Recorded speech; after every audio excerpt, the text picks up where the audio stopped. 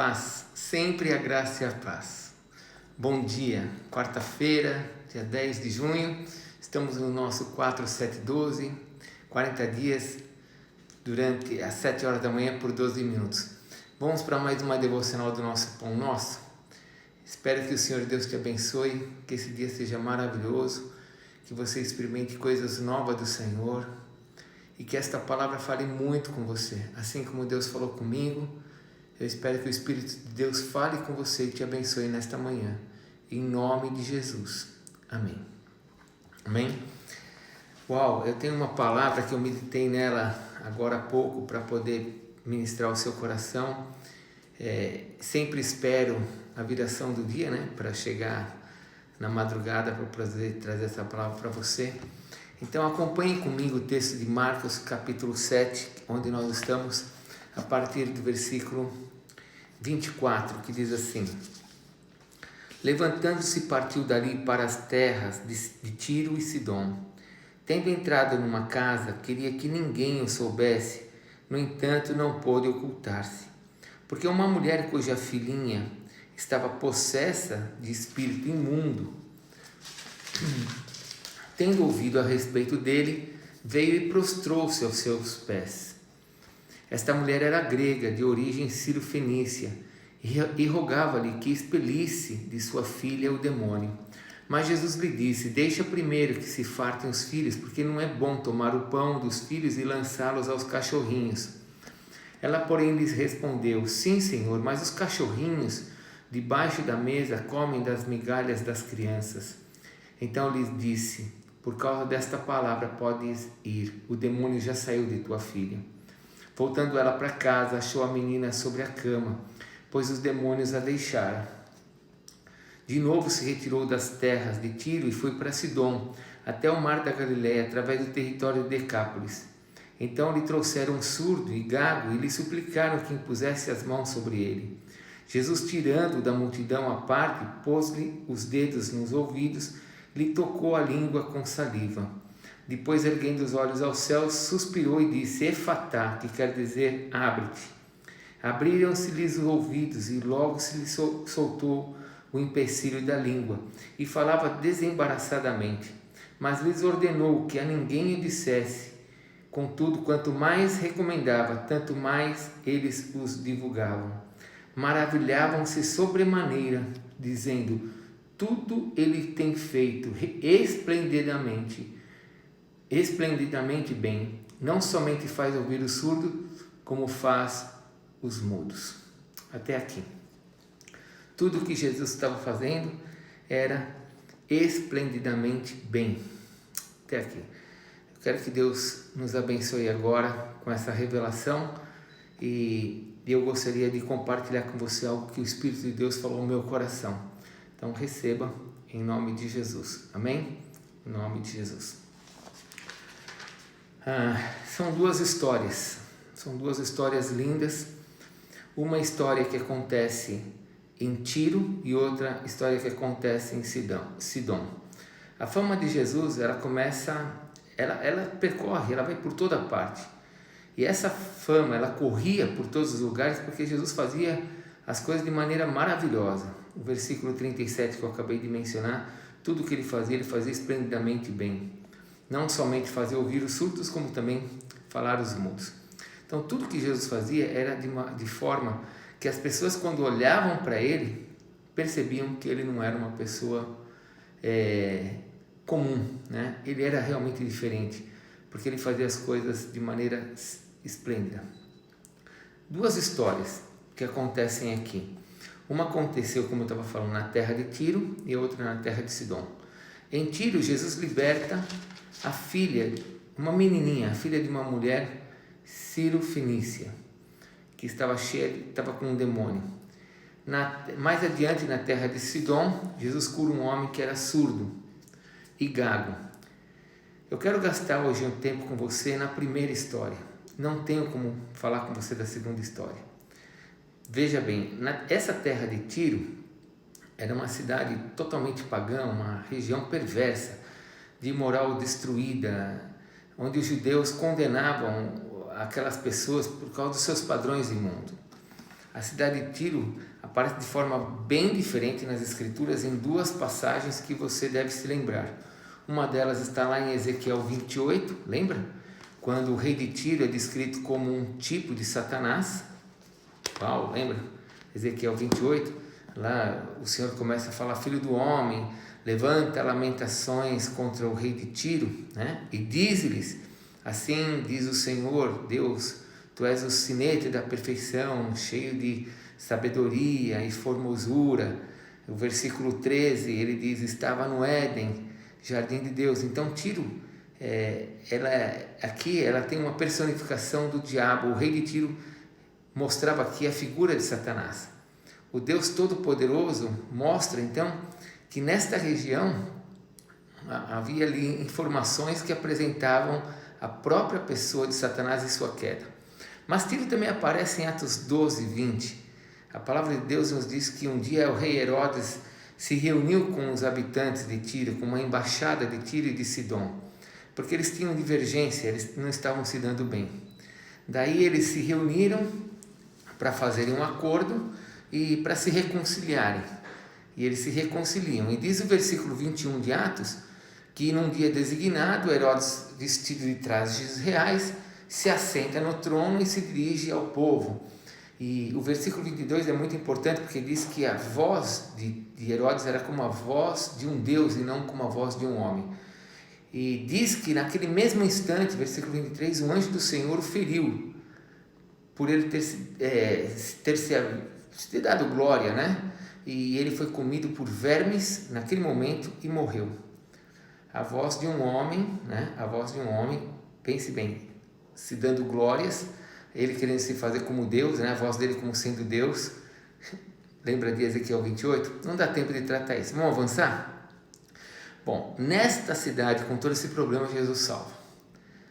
E aparece uma mãe aqui, uma mãe grega, uma mãe cananeia, pedindo socorro pela sua filha. O versículo 27 diz que Jesus olha para essa mulher e diz: olha, primeiro eu tenho que fartar os filhos, não é bom tirar o pão dos filhos e dar para os cachorrinhos. Uau, que palavra difícil, não é mesmo? Você já pensou? Jesus fala uma verdade, mas era uma verdade difícil de se ouvir. Jesus disse para aquela mulher que não podia dar do pão, do alimento que era para os filhos, para os judeus, para entregar para aqueles que não eram judeus. E ele chama isso de cachorrinho. Chamar a pessoa de cachorrinho. Chamar alguém de cachorrinho era um insulto, né, mortal. Era uma coisa pejorativa. Os judeus usavam o termo cães quando eles queriam se referir aos gentios, né, os cães gentios, os cães infiéis. E depois eles começaram a chamar os cristãos de cães, os cães cristãos. Naqueles dias os cães, eles eram habitantes das ruas, animais fracos, selvagens, que frequentemente estavam doentes, eram sujos, comiam restos, né? Quando Jesus fala com a mulher sobre, ele não fala cães, ele usa uma palavra no diminutivo, ele fala cunária, e cunária quer dizer cachorrinho. E não são esses cães vagabundos de rua. Jesus estava falando: você eu não vou dar para os cachorrinhos, eu sei que você é um cachorro mais seleto, mais educado. E a mulher, quando escuta isso, ainda que seja um cachorro educado, uma palavra difícil, ela fala: sim, Senhor, mas os cachorrinhos ficam debaixo da mesa e comem as migalhas das crianças. E aí Jesus, depois disso, ele diz para a mulher: por causa dessa palavra, pode ir, o demônio já saiu de tua casa. Vamos pedir para que Deus nos traga esta revelação? Em nome de Jesus, que a meditação nesta manhã mude o teu coração em dois aspectos que Deus falou muito comigo. Eu quero que você pense um pouquinho nesta mulher. Quero que você pense um pouquinho. Essa mulher não tinha nenhum conhecimento de Deus. Ela tinha um problema enorme. A sua casa precisava de ajuda. Mas ela sabe que Jesus pode fazer algo. Ela tem uma filha endemoniada. Ela precisa de ajuda. Se coloque no lugar dela. Ela não aguenta mais ver a sua filha daquela forma, sofrendo. Ela então sabe que Jesus é judeu e que não tem não vai ter de forma natural uma empatia por parte de Jesus por ela, porque ela era pagã, ela era cananeia. Mas mesmo assim, ela pede ajuda para Jesus, mesmo sabendo dessas dificuldades. Eu imagino essa mulher dizendo, né? Não importa, seja lá o que for, aconteça o que acontecer, eu vou me aproximar dele e vou pedir a sua ajuda. Essa mulher estava desesperada. Ela sabia que Deus podia fazer algo. A coisa se complica. Depois de pedir ajuda, ela escuta um insulto.